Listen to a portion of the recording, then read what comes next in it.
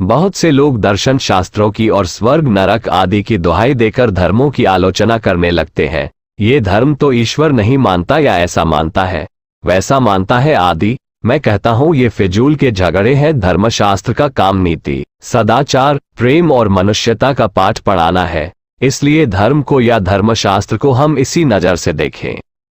दर्शन, इतिहास, भूगोल, ज्योतिष, प्राणिशास्त्र आदि का विचार स्वतंत्र रूप से करें। इनसे संबंध रखें, सहयोग स्थापित करें, पर इन शास्त्रों की बातों के विरोध को धर्म का विरोध न समझें। गणित के अनुसार 2 और 2 4 होते हैं। अब इस बारे में यह विचार करना व्यर्थ है कि हिंदू धर्म के अनुसार कितने होते हैं और इस्लाम के अनुसार कितने होते हैं। गणित पर हिंदू, इस्लाम, जैन आदि की छाप लगाना उचित नहीं। इस तरह जब मुझसे कोई पूछे कि कलकत्ता से नागपुर कितने मील है, मैं कह दूंगा 700 मील, तब क्या कोई यह पूछेगा कि हिंदू धर्म के अनुसार कितने मील है और इस्लाम के अनुसार कितने मील? यदि इस बात का संबंध धर्म शास्त्र से नहीं है तो हिंदुस्तान कितना बड़ा है इसका संबंध धर्म शास्त्र से कैसे हो जाएगा? और यदि हिंदुस्तान की रचना का संबंध धर्म शास्त्र से नहीं है तो एशिया या पृथ्वी का कैसे हो जाएगा? जब पृथ्वी का नहीं तब ब्रह्मांड का कैसे हो जाएगा? धारा तो एक ही है, एक ही शास्त्र का विचारण या विषय है। तब इन बातों का संबंध हम धर्म शास्त्र से कैसे जोड़ सकते हैं?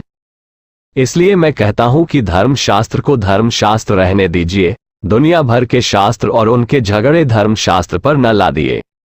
अगर आप धर्म का पालन करना चाहते हैं, धर्मात्मा बनना चाहते हैं, तो प्रेम का, सेवा का, ईमानदारी का और त्याग का व्रत लीजिए। दुनिया की भलाई में अपनी भलाई समझिए। दर्शन आदि की चर्चा को इस झगड़े में न लाइए। जैसा आपको जंच जाए वैसा मान लीजिए, पर उसका उपयोग नीति और सदाचार को बढ़ाने में कीजिए। हमारा पहला और मुख्य काम सुखी बनना और जगत को सुखी करना है। सब बातें और सब धर्म इसी के लिए है। इस बारे में महात्मा बुद्ध के विचार ध्यान देने लायक हैं। उन्होंने बड़े अच्छे ढंग से इस समस्या को सुलझाने की कोशिश की थी।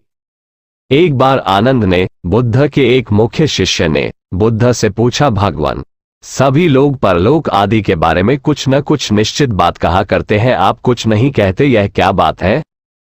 इसके उत्तर में भगवान बुद्ध ने बहुत सी बातें कहने के साथ कहा, देखो आनंद, जंगल में एक आदमी जा रहा था। उसको तीर लगा जिससे बड़े जोर से खून की धारा बहने लगी। खून की धारा देखकर उसका पहला कार्य क्या है?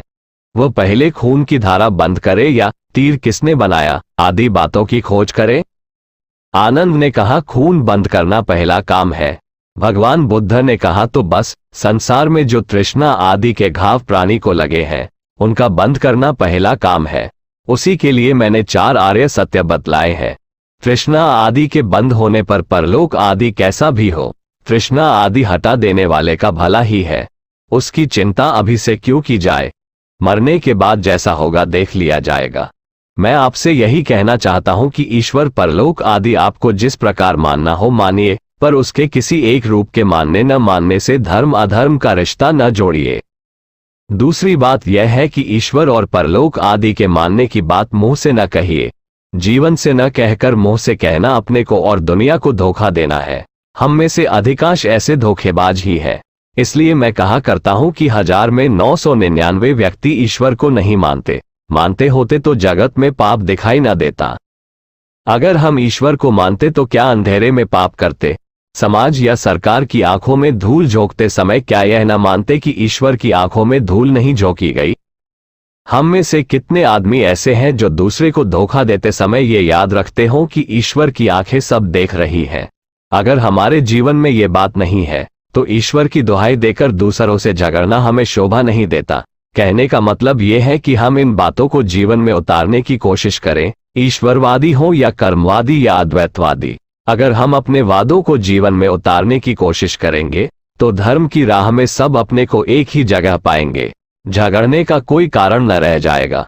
सब धर्म हमें एक ही जगह ले जाने वाले मालूम होंगे।